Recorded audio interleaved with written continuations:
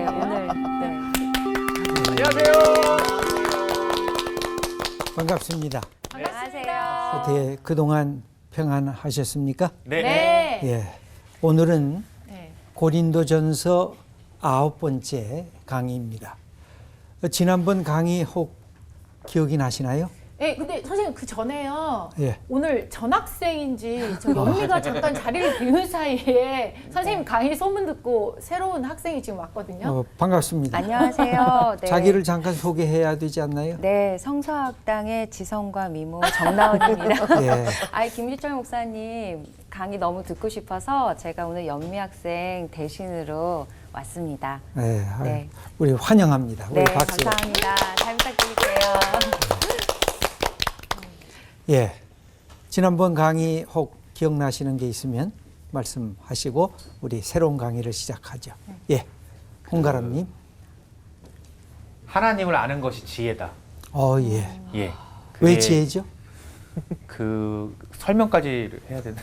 가장 그게 기억에 남아서. 하나님이 지혜시니까. 아, 그쵸. 하나님이 지혜시니까 세상을 하나님을 만드신 알면 지혜가 더 풍성해지는 거죠. 네. 예. 그리고 저는 신앙의 회복은 기억이다. 아, 예. 예, 그때 이제 선생님께서 그 애굽 땅에서 종사를 하던 이스라엘 백성을 다시 이제 출애굽하신 분이 바로 하나님인데 이스라엘 백성이 그 광야에서 불평불만을 많이 하잖아요. 근데 저희도 사실은 저 같아도 한 달 전에 하나님한테 응답받은 기도 제목이 있어서 역시 하나님은 나와 함께 하시라고 했음에도 불구하고 시간이 지나면 그걸 또 까먹고 하나님 가끔 도대체 살아계시는 망각하는 거예요. 거죠. 예, 그럴 예. 때가 너무 많잖아요. 특별히 인간관계나 사랑의 관계는 기억이 굉장히 중요합니다. 네. 그래서 하나님을 다시 기억하는 거. 내가 어떨 때 하나님이 나를 부르셨는지, 네. 그래서 또 부부가 사랑할 때도 내가 이 여인을, 이 남자를 내가 어떻게 어떤 마음으로 사랑했는지, 그래야 그 사랑이 계속 지속이 되는 것입니다. 예, 신앙은 기억이다. 예. 기억이다. 우리 김보교님은 신앙은 역전행이다라고 해주셨는데 역전이다. 예. 낮은 사람은 높아지고 높은 사람은 낮아지고 그렇게 하나님께서 이 역사 속에 잘못된 방향을 이렇게 뒤집으신다. 그래서 올라간 사람들이 교만하면 끌어내리시고 연약한 자들이 고통받을 때 그들을 다시 세우시는 하나님이시다. 아주 중요한 테마입니다. 오늘 수업 고린도전서 9강 신앙은 영적 해석학이다. 오늘은 제목이 신앙은 영적 해석학이다. 조금 말이 어렵죠? 네. 영적 해석학. 뭐 무슨 느낌이 옵니까? 그 영적으로 분석을 한다? 아, 예. 네. 그러니까 신앙은 관점인데 네. 영적인 관점을 갖고 모든 세계를 바라보는 그런 눈을 갖는 것이 신앙이다. 그게 하나님의 시각이지 않을까요? 그렇죠. 그러니까 하나님의 시각을 갖고 보기 시작하는데 네. 하나님이 잘 안 보이니까 네. 제일 좋은 게 누구죠? 성령. 예수님. 아, 예수님. 예수님. 예수님의 시각을 갖고 세상을 바라볼 수 있는 것. 그래서 서론적인 질문을 몇 가지 해보겠는데요. 내가 누군지 이거 어떻게 자기를 소개해야 될까요? 다른 사람들이 나를 볼 때 네. 내 이름을 소개하면 그게 바로 나죠. 예. 네. 그다음에 내 외모. 다른 사람이 나를 보면서 어떻게 생겼네. 몸매는 어떠네. 저 사람 키는 어떠네. 외모를 보고 내가 누군지를 알게 되는 부분입니다. 그런데 내가 나의 정체성을 확인할 때는 뭐를 볼까요? 내가 누군지 내 스스로 너 누구냐? 근원을 생각해 보세요. 그렇죠. 그 근원을 어떻게 해야지 알게 될까요? 아까 언니는 지성과 미모라고. 아니요. 네, 그건 물론 이제 다른 사람들이 보는 거고 내가 나를 볼 때 제일 중요한 게 뭐예요? 내가 나한테 질문하는 거죠. 너 네. 누구냐? 그러면 너 뭘 생각하고 있니? 너 무엇에 관심 있니? 너 무엇에 열정을 갖고 있니? 네. 그 내가 생각하고 내가 관심 갖고 내가 열정을 갖고 있는 그 모습이 바로 나인 거죠. 그래서 이 생각이라고 하는 것은 굉장히 중요한 것입니다. 내가 돈을 생각한다. 돈을 생각하지 않는 사람은 없는데 돈만을 생각한다. 그럼 어떤 사람이 돼요? 이게 아주 돈에 묶여진 사람이 되죠. 네. 나는 음악을 늘 생각한다. 아침에 일어나면 음악. 네. 우리 김보교님. 그럼 나는 음악을 사랑하는 사람이 되죠. 그런데 특별히 찬양을 나는 늘 생각한다. 그럼 이게 찬양 사역자가 되는 거죠. 어때요? 이게 우리가 갖고 있는 삶의 내용이 조금씩 달라요. 네. 나는 늘 생각하면 산을 좋아한다. 어, 그러면 이 사람은 등산가가 되는 거예요. 네. 산을 늘 바라보니까. 네. 그러니까 자기가 생각하고 자기가 좋아하고 자기가 관심 가진 그 모습이 그 자기 자신의 정체성을 규명을 하게 되어져 있습니다. 네. 그런데 거기에는 동기와 목적이 있어요. 내가 이것을 통해서 행복을 추구한다. 나는 이것을 통해서 내 인생의 쾌락을 추구하겠다. 나는 이것을 통해서 무언가 보람 있는 내 사명을 감당하겠다. 그때마다 내 인생이 달라지는 것을 볼 수가 있습니다. 그런데 그 중심에 뭘 갖고 내 인생을 몰아갈 것인가. 근데 그것이 없으면 내 인생이 낭비가 돼요. 오전에는 이거 생각하다가 점심에는 이거 생각하다가 저녁에는 이거 생각하다가 일관성을 잃어버리게 돼요. 그래서 우리 믿음의 사람들이 뭘 가져야 되느냐? 영적인 관점, 자기의 중심적인 사고, 내가 갖고 있는 기본적인 생각과 관심이 어디에 집중하면서 전체 세계를 내가 꿰뚫어 볼 수 있는가. 오늘은 그런 얘기에 대해서 말씀을 드리려고 합니다. 네. 그것이 영적 해석학입니다. 오늘 본문은 아주 흥미있는 본문입니다. 오늘 본문의 1절 후반부를 보면 이런 표현이 나오죠. 말과 지혜의 아름다운 것으로 아니하였나니. 또 4절을 보니까 내 말과 내 전도함이 설득력 있는 지혜의 말로 아니하고. 이 아니한다. 여러분들 아니오라는 말을 자주 쓰십니까? 아니면 예라는 말을 더 자주 쓰십니까? 예라는 말을. 그죠? 예. 아니오라는 말을 쓸 때 써야 되는데 못 써가지고 병이 드는 사람들이 있어요. 그죠? 착한 사람 컴플렉스에 네. 빠진 분들이 나 이거 싫은데 이건 거절해야 되는데 거절을 못하는 거예요. 그래가지고 병이 드는 경우가 있어요. 그런데 또 아니오를 너무 남발해가지고 사람이 가까이 접근을 못하게 하는 사람이 있어요. 너 나하고 같이 식사할래? 아니요. 너 나하고 어디 갈래? 아니요. 너 이런 것 좀 도와줄래? 아니요. 그럼 이게 명백한 사람은 맞는 것 같은데 뭐가 끊어져요? 인간관계가 끊어져요. 서로의 사귐이 끊어지게 돼 있어요. 그래서 가장 결정적인 때는 예와 아니오를 해야 돼요. 그러나 우리가 보통 때는 아니오를 할 때도 지혜롭게 해야 상대방이 그것 때문에 상처를 받지 않게 됩니다. 근데 바울은 뭘 얘기했냐면 나는 안 한다. 뭘 안 하느냐? 내가 말씀을 증거할 때마다 말과 지혜의 아름다운 것. 이거 얼마나 좋은 거예요. 네. 그죠? 설득력 있는 지혜의 말. 얼마나 멋있는 말이에요. 사실 개그맨이 될 때도 이 수사학적인 용어에 대해서 굉장한 많은 관심이 있어요. 요 말을 하면 상대방이 웃을 텐데 네. 요 말을 하면 너무 평범할 텐데 네. 그랬을 때 어떻게 수사학적으로 설득하는 말을 사람들에게 행해 나갈까. 근데 놀랍게도 바울은 이것을 안 하겠다 하고 선언을 합니다. 왜 선언을 할까요? 이런 말들이 특별히 복음을 증거할 때 말씀을 나눌 때는 뭘 크게 유발을 시키느냐면 말하는 자의 교만. 너 잘났어. 너 말 잘하네. 네 말하는 거 보니까 진짜 청산유수네. 너 어떻게 그렇게 말 잘하니? 근데 칭찬하면서 뒤에서 아이고 저놈은 말만 하지 하고 사람을 이렇게 비꼬게 되는 그 위험성이 있습니다. 근데 또 자기 자신은 자랑스럽게 여기게 되거든요.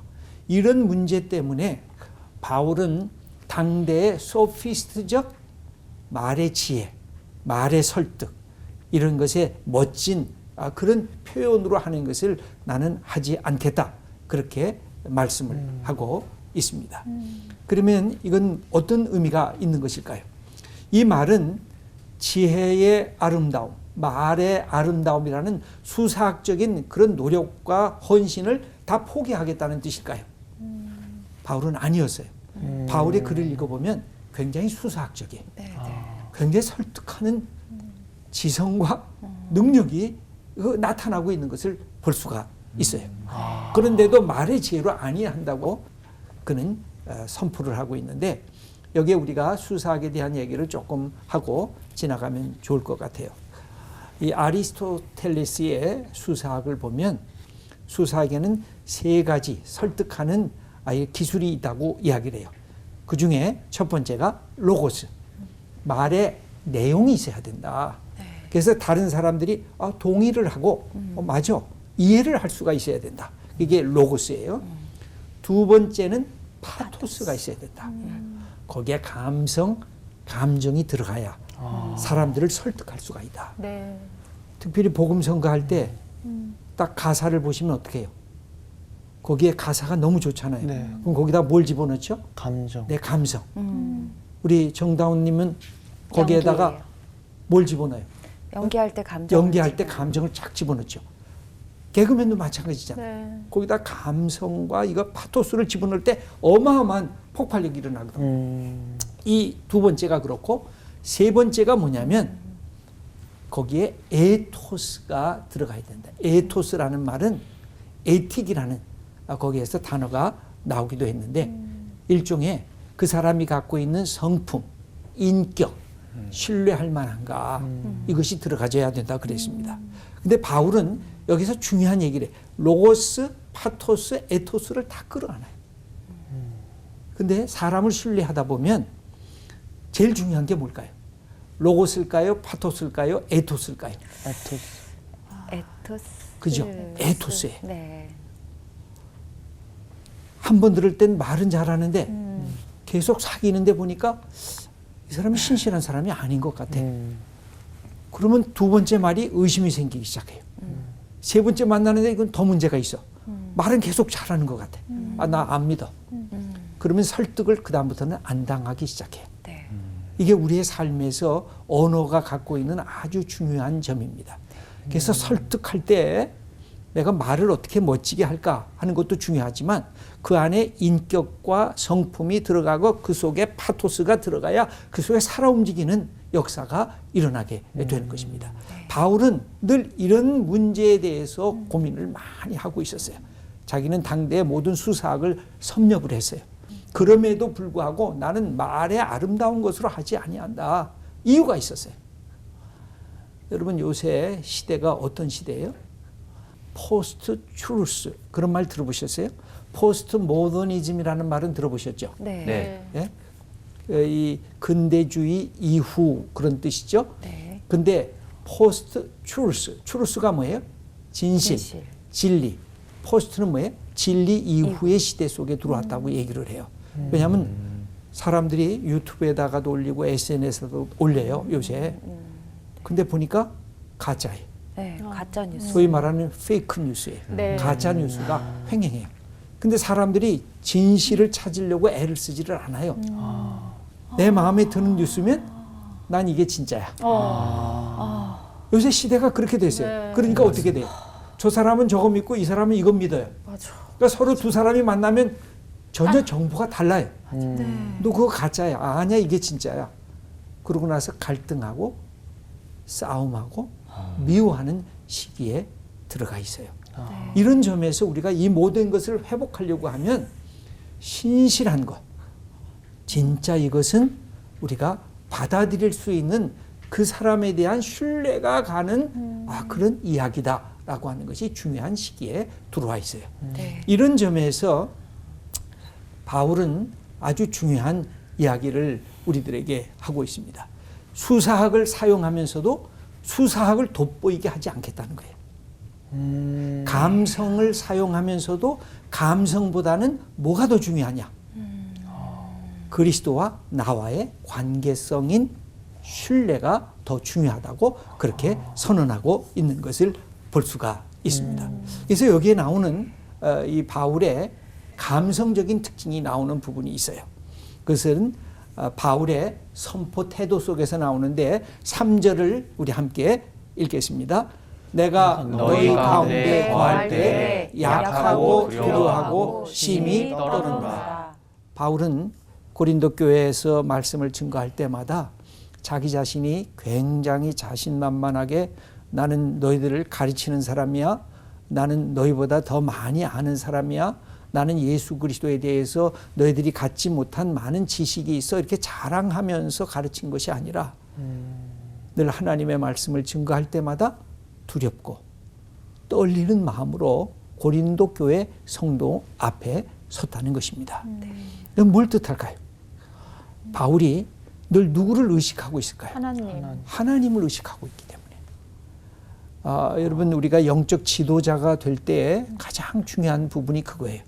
하나님을 의식하면서 영적 지도자가 되면 어떻게 될까요? 겸손해지는데 하나님을 의식하지 않고 영적 지도자로서의 그 사람의 위치가 자꾸만 격상이 되면 뭔가 교만기가 들어오기 시작해요. 나는 다른 사람보다 나는 가르치는 자야. 나는 위치가 높은 사람이야. 이것이 우리의 삶을 서서히 망가뜨리는 위험한 그런 현상이라고 할 수가 있습니다. 예, 홍가람님. 선생님, 근데 그 신앙은 자랑이라고 하셨잖아요. 예. 근데 그 사람이 자랑을 할 때 저렇게 약하고 두려워하고 심히 떨면서 자랑을 하진 않지 않습니까? 예. 그리고 하나님을 신앙은 이제 하나님을 의식하는 정도를 넘어서야 되는 거 아닌가요? 그냥? 그 아주 중요한 지적이네요. 두렵고 떨리면서 어떻게 자랑할 수 있느냐. 예. 자랑이라는 건 자기 자신을 확 열어놓은 것인데 그 신앙이 갖고 있는 이 변증법이 있어요. 그건 뭐냐면 두렵고 떨리는데 용감한 거예요. 이거 경험한 적 있어요? 네. 두렵고 예. 떨리는데 담대해지는 거예요. 왜 그럴까요? 성경에 보면 우리가 사람 만날 때도 두렵잖아요. 내가 어떤 연기를 할 때도 두렵고 내가 사람들 앞에 개그를 할 때도 두렵고 맞아요. 찬양할 때도 사실 두렵거든요. 근데 그때마다 우리의 마음속에 확인하는 신앙이 있죠. 네. 나는 하나님을 두려움으로 하나님 이외의 다른 두려움으로부터 자유하겠다. 이게 기독교의 신앙의 가장 큰 우리의 삶의 감성적 원칙이에요. 나는 하나님을 두려움으로 하나님 위에 어느 것도 두려워하지 않겠다. 내가 비록 사람들에게 어떨 때 조롱을 받아도 난 정말 나를 사랑하는 사람이 나를 조롱하면 문제가 되지만 아무나 나를 막 조롱하면 난 이거에 개의치 않겠다. 네. 이건 굉장한 자신감이고 굉장한 용기고 그리고 담대함이죠. 그래서 성경에 보면 내가 하나님을 두려워하는데 누가 사람들이 나를 두렵게 하게 할 수 있으랴. 이렇게 큰 소리를 치는 것을 볼 수가 있습니다. 그래서 예수 믿는 사람들은 열정이 있으면서 겸손한 것.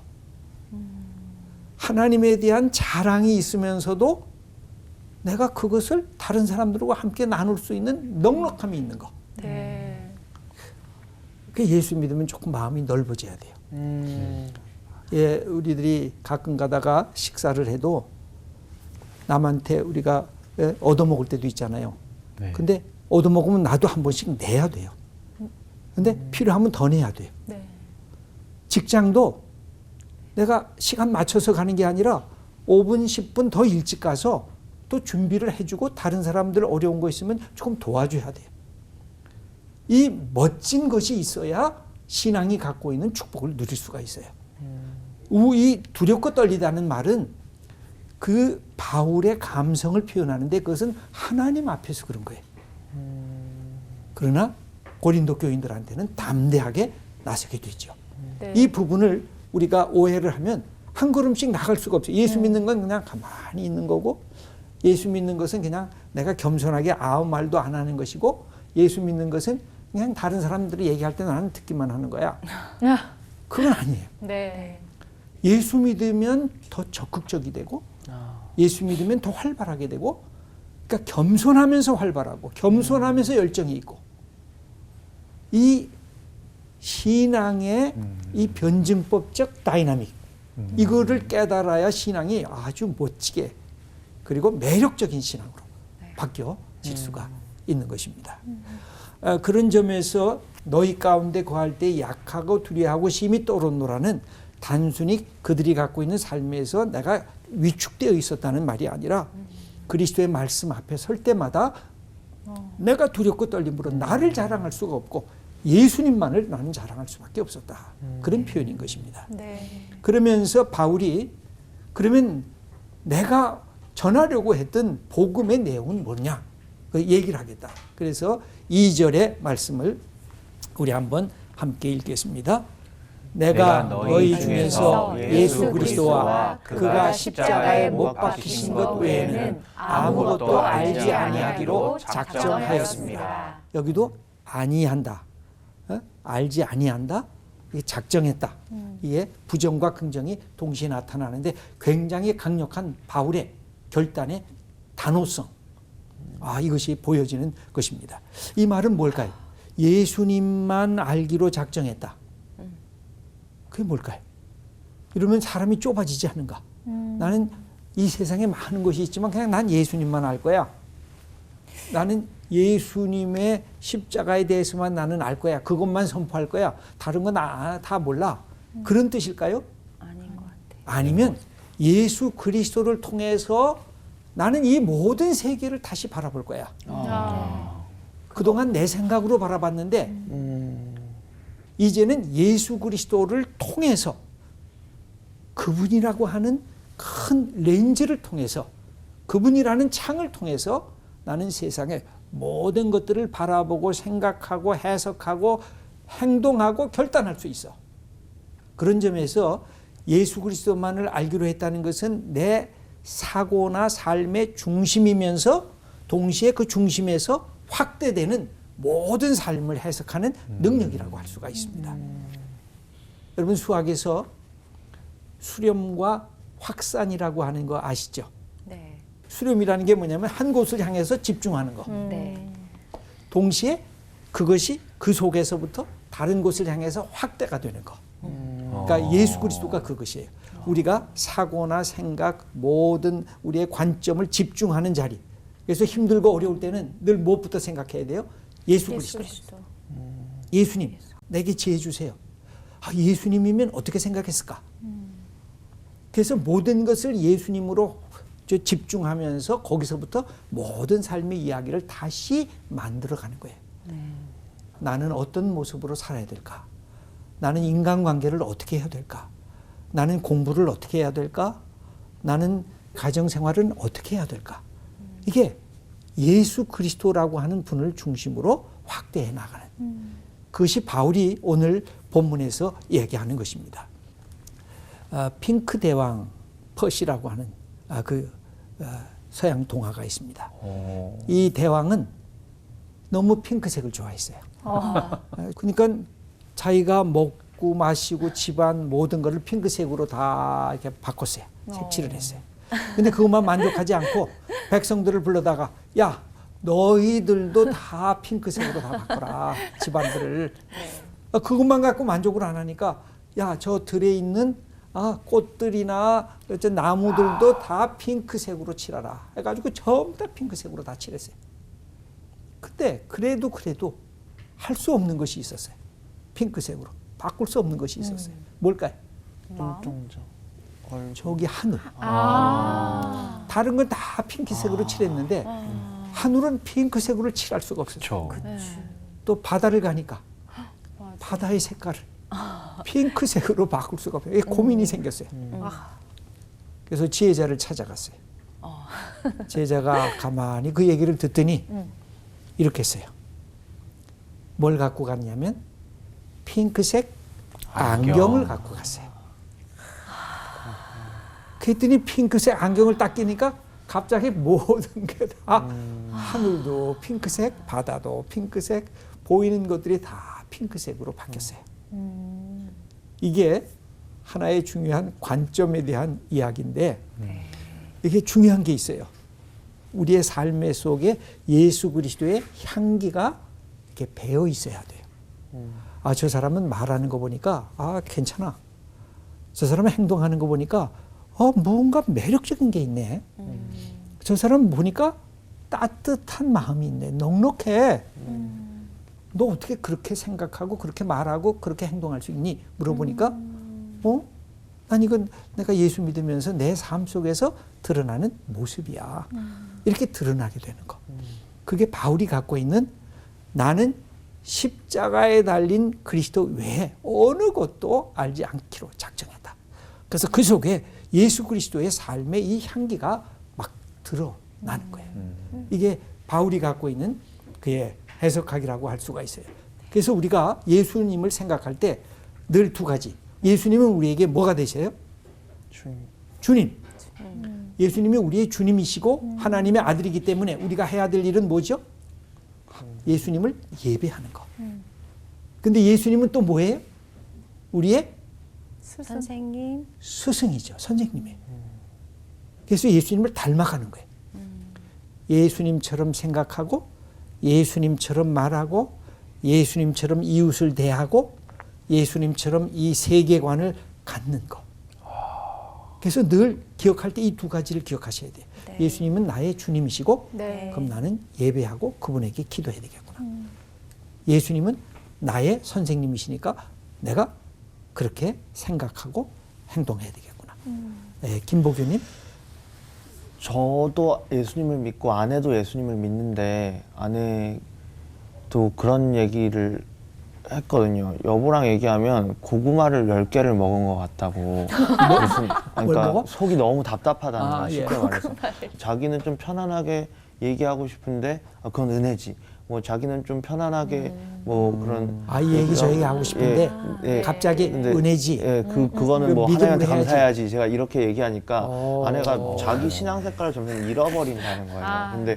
근데 그 아까 핑크 그 얘기 해주신 것처럼 저는 아내가 저랑 똑같이 핑크색이 되기를 원했던 것 같아요. 그래서 그럼 나처럼 그걸 하나님한테 감사해야 되는 거 아니야? 뭐 근데 그 저만 핑크색 안경을 쓰면 된다는 거는 그러면 아내가 좀 그러니까 신앙에 조금 다른 모습이 있다고 해도 그냥 그런 걸 용납하라는 그런 건가요?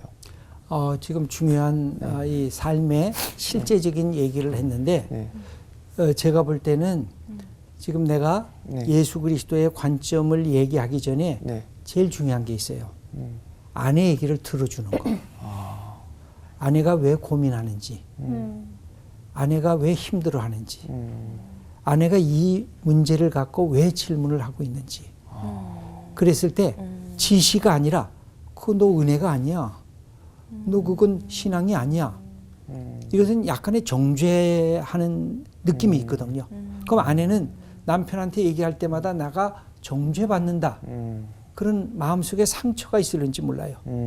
그냥 당신 진짜 고생했겠네. 아기 키우느라고 정말 힘들었겠네. 하고 그것을 받아줘야 돼 일단. 그럼 우리가 어떻게 해결해 나가지? 그 일단 정답이 아니더라도. 그럼 일단 받아주고 그러면 우리가 믿음의 사람으로서 어떻게 해결해 나갔으면 좋겠냐. 그래서 그 김보규님이 갖고 있는 답을 저는 목사니까 빨리 얘기를 하잖아요. 근데 김보규님은 좀 기다리셔야 돼요. 조금 더 대화하고 그 상대방 아내한테 당신 생각은 어때? 이거 어떻게 하면 우리가 이겨나갈까? 그래도 우리가 예수 믿지 않아. 그럼 예수 믿으면 이걸 이겨나갈 수 있는 방법이 있을 거야. 그러면 아내가 맞아. 내가 이건 잘못 생각한 것 같네. 내가 이제는 이렇게 갈게. 하고 이 과정이 필요해요. 근데 우리는 정답만 얘기하거든. 그러면 갑자기 난 뭐 정답 몰라서 그런 줄 알아? 나도 은혜가 필요한 거 알아. 나도 신앙이 좋은 거 알아. 근데 맞아요. 왜 당신은 정답만 얘기해? 내 문제를 안 받아들여. 그때 뭐가 필요하냐면 저도 남자니까 제 아내가 얘기를 하면 정답을 빨리 얘기하려고 그래요. 그때마다 아내가 화를 내죠. 내가 정답 몰라서 그런 줄 알아. 맞아요. 정답은 듣기만 해야 돼. 어떤 노력을 해서 진짜 도교 네가 최선을 다해서 답을 해줘도 돌아오는 거는 말귀 못 알아듣는다. 답답하다. 눈치 없다. 그렇지. 눈치 없다. 그냥 들어주기만 해야 돼. 아 그랬어. 그렇구나. 아, 우리 홍가람님은 좋은 남편이 될 거예요. 그래서 듣고 그리고 나서 함께 해결책을 찾아가야 돼요. 그때 그 함께 찾아갈 때 뭐가 필요하냐면 바로 예수님이라고 하는 그분을 통해서 우리가 어떻게 우리가 가정의 문제들을 해결해 나갈 것인가. 아, 그러면 좋은 아빠가 되고 좋은 남편이 될 것입니다. 네. 그러면 바울은 뭘 갖고 있었느냐? 이런 마음이 있었기 때문에 바울이 전도할 때 그럼 나는 어떻게 할 거냐? 4절을 우리 함께 읽어 보도록 하겠습니다. 내 말과 내 전도함이 설득력 있는 지혜의 말로 하지 아니하고 다만 성령의 나타나심과 능력으로 하여, 여기 지혜의 말로 하지 아니하고 성령의 나타나심과 능력으로 하여. 그러니까 똑같이 지금 반복하죠. 난 나를 자랑하고 싶지 않아. 내가 얼마나 멋진 말, 수사학적인 말을 동원해서 여러분들을 설득하려고 하는지, 여러분들의 마음을 내가 빼앗으려고 하는지 여기에 내가 관심 있는 게 아니야. 나는 이 말씀을 증거할 때마다 성령이 나타나기를 원해요. 근데 이것도 두 가지 관점이 있어요. 설교자가 성령의 능력을 나타나도록 설교를 하는 거, 그게 아니고 성령이 주체가 되어서 설교자를 통해서 성령의 역사가 나타나기를 기대하는 마음으로 말씀을 증거했다는 것입니다. 이것은 매우 중요한 것이죠. 성령께서 주체라는 것이죠. 나는 성령이 쓰시는 도구에 불과하다. 이게 바울이 갖고 있었던 그 마음이었어요. 이게 어디서부터 나왔을까요? 나는 예수 그리스도만을 알기로 해서 십자가에 달린 그리스도만을 알기로 해서 하고 딱 자기의 삶의 내용을 규정하니까 내가 이렇게 살아야 되겠구나. 아, 예수님이 자랑스럽게 높아져야 되겠구나. 그러면서 이 말씀을 하고 있는 것입니다. 그래서 그 속에는 예수님이 영광을 받아야 될 것이라고 하는 거. 그러니까 모든 사람들이 다 누구를 향해서 가도록? 바울이라고 하는 인물을 향해서 가도록 하는 것이 아니라 전부 다 바울을 통해서 예수님이라고 하는 분을 향하여 갈 수 있도록 바울은 초청하는 것입니다. 네. 그러니까 바울이 지난번에 얘기했잖아요. 너희들이 내 거냐? 아니다. 내가 너희 거다. 너희들이 왜 바울 거냐? 너희들이 왜 베드로 거냐? 너희들이 왜 아볼로 거냐? 아니야.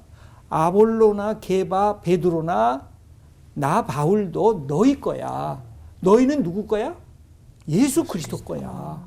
이걸 놓치면 안 돼. 그러니까 바울이 그것을 이야기하기 위해서 이렇게 말씀하는 거예요.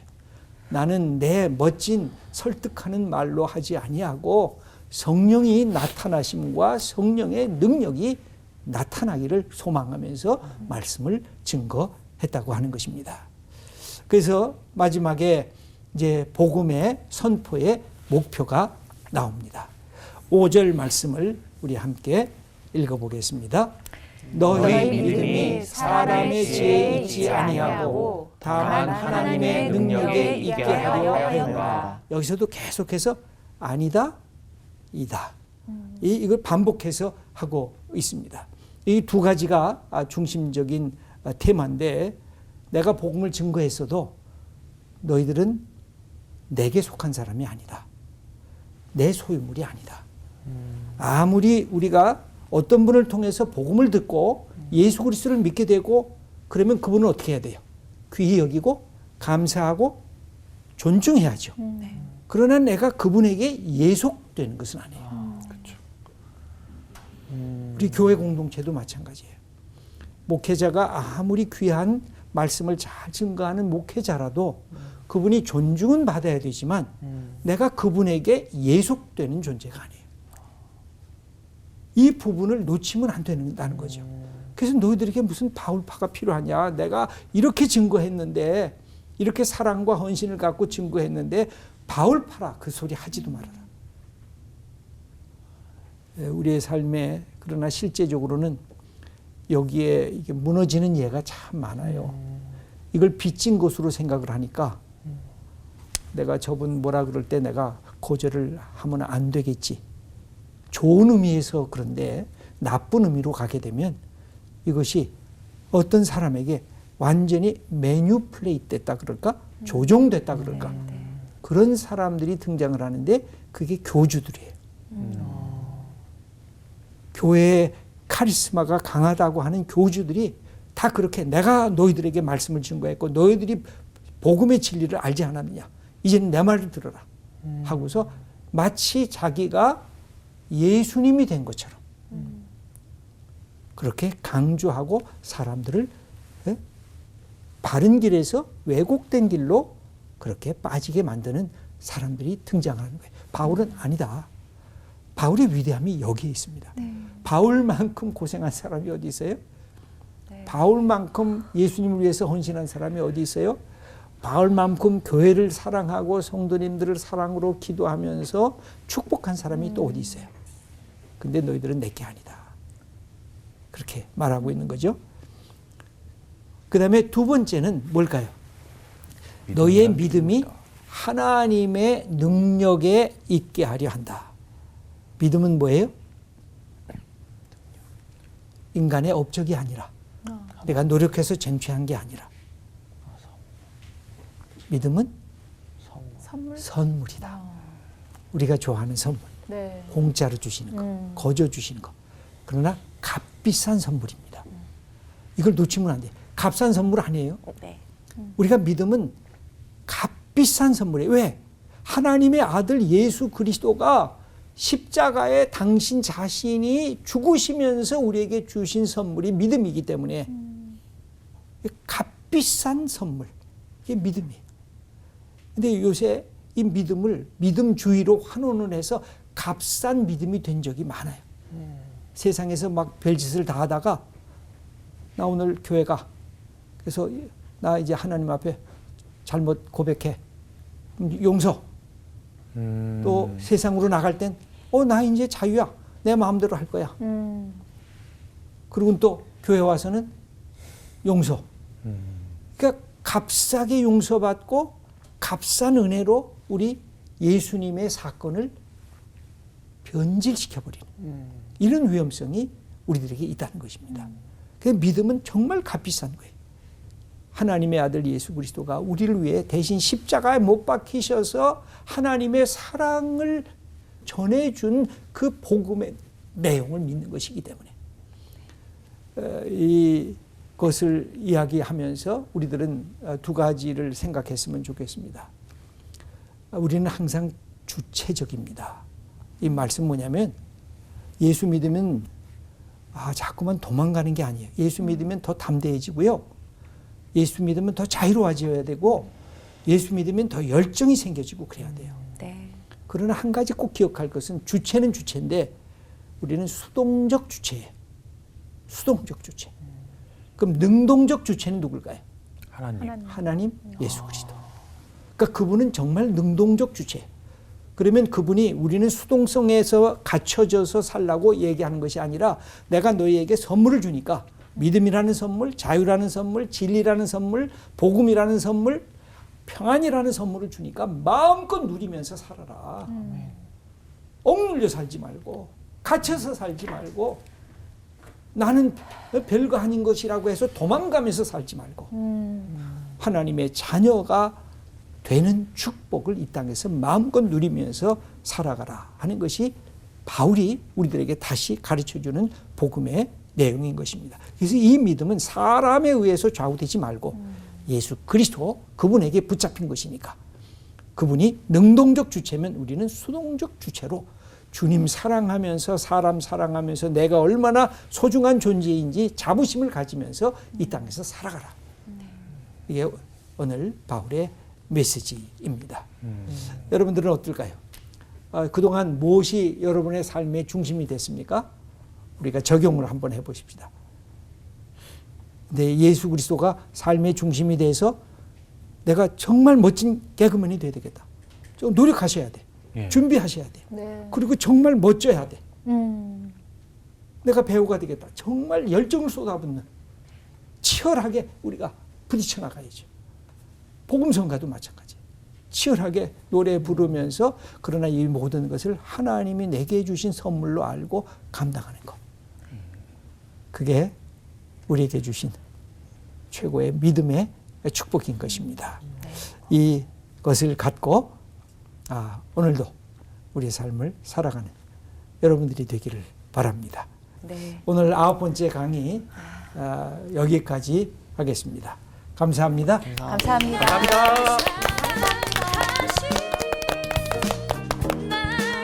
굉장히 좋은 말, 좋은 언행, 뭐 이런 게 가장 예수님처럼 하는 거라고 생각을 하고 대했던 부분들이 있었는데 그런 생각들도 했었고, 근데 오늘 말씀을 통해서 그냥 내가 정나은이라는 사람을 있는 그대로 바라봐주고 인정해 주는 것이 가장 예수님처럼 생각하고 말하고 행동하는 거구나. 우와. 그걸 깨달았어요. 너무 고마워요. 그래요? 내가 바라는 걸 깨달았네. 네, 알겠습니다. 네. 왜 그렇게 생각해? 그러지 말고. 근데 사실 우리한테 모두 아까 불교 씨가 얘기했듯이 그 점이 제일 어려운 점이었을 것 같아요. 맞아요. 네, 있는 그대로 바라봐주고 기다려줄 수 있는 거. 네. 저도 오늘 그게 제일 많이 와요. 네. 우리가 또 삶으로 실천하러 나가야죠. 네. 3주 동안. 예. 네. 자,